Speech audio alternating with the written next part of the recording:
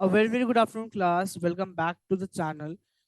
In this video, we are going to cover our last topic of the money chapter, and that is aggregate monetary resource of the country, Indian monetary system, and the concept of liquidity. Right. So let's begin with the topic of aggregate monetary resource of the country. ये कहता गया simple सरल भाषा में मैं बोलता जा रहा हूँ, सुनते जाओ।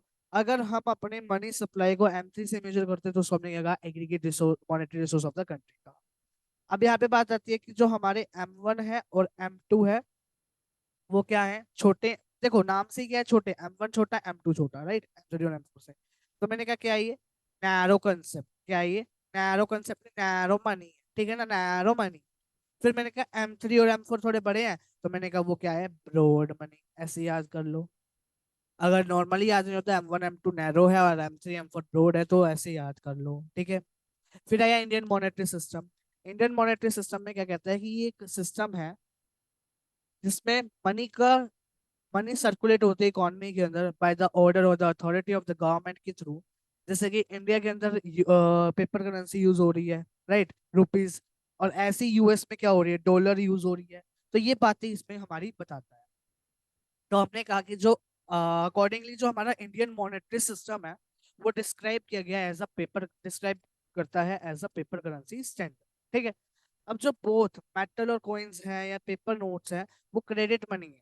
सिर्फ डिफरेंस क्या है कॉइन्स और उसमें, बेटा जो कॉइन्स होते हैं वो क्या होते हैं, छोटे होते हैं। तो मैंने कहा ये क्या होता है, ये स्मॉल डायमेंशन होती है, क्या होता है, स्मॉल डिनोमिनेशन। लेकिन पेपर करेंसी या पेपर नोट्स क्या होते हैं, बड़े होते हैं। तो मैंने कहा ये लार्ज डिनोमिनेशन के होते हैं, ठीक है। Then the last important topic that is concept of liquidity. यहीं से बेटा आपका क्वेश्चन आता है पेपर में। In paper you will receive the question from here. क्या, कि लिक्विडिटी क्या होती है बेटा। सबसे पहले बात लिक्विडिटी होती है कि कितना जल्दी हम कैश में कन्वर्ट कर रहे हैं, किसी भी एसेट को इजिली हम मनी या कैश के फॉर्म में कन्वर्ट कर रहे हैं। जितना जल्दी जितना फास्ट वो कन्वर्ट हो जाएगा उतना वो लिक्विड होता है, ठीक है ना। अब जो चेकवेबल डिपॉजिट होते हैं यानी डिमांड डिपॉजिट होते हैं वो कहते हैं हाईली लिक्विड एसेट्स होते हैं। M1 भी उसी में ही आता है, M1 भी हम उसमें इंक्लूड करते हैं। और जो उसका उल्टा टर्म डिपॉजिट या demand deposit, sorry term deposit, time deposit, fix deposit के होते हैं, नॉन चेकेबल होते हैं। तो ये क्या होते हैं, लेस लिक्विड होते हैं then the demand deposit. Convert हो जाता है लेकिन थोड़े देर में होता है, लेट होता है convert, ठीक है ना। M3 M4 क्या होते हैं, M3 M4 measures of money supply क्या इंक्लूड करते हैं, वो मनी सप्लाई के कंपोनेंट्स है जो क्या होते हैं, लेस लिक्विड होते हैं। हाईली लिक्विड कौन सा है मेजर, M1। और लेस कौन से है, M3 एंड M4, ठीक है ना। So this was a concept that we have covered in this lecture.